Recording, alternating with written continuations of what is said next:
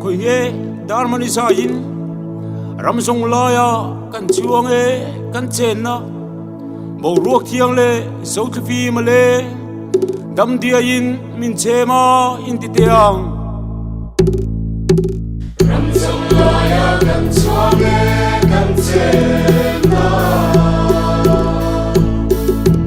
bo ruak thiang le so thfi ma le dam dia in min chema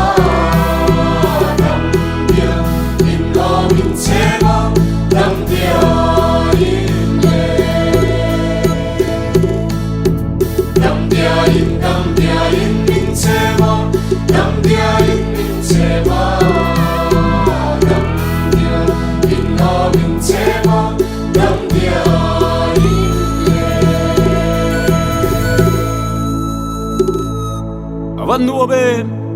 mana tukram chul tum kong vapangin sik tui thiang mo ngai ten luang ri her don le nang so tui thiang in ti le tiang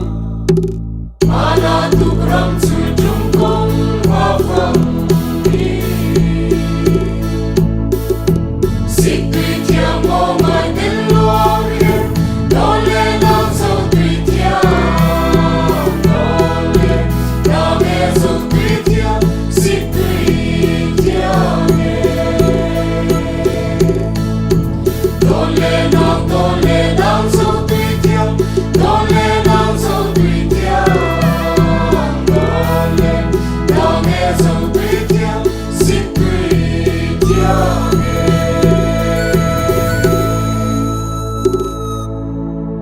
kan shil ve tiang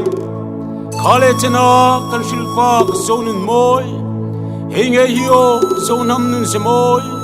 chuai lo ten vul reng la in ti tiang khale chena kan shil pa so nun moi he nge hio so nam nun se moi chuai lo ten vul reng la chuai lo ten ho vul reng la chuai lo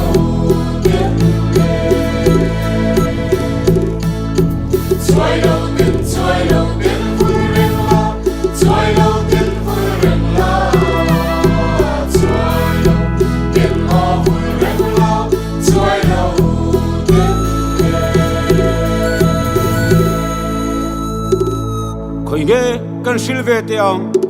zo phale zong lung rual na zo ram nuam saleng nau fa lung rual leng in dam lai par kan tla ne in ti tiang so far in song lung rual na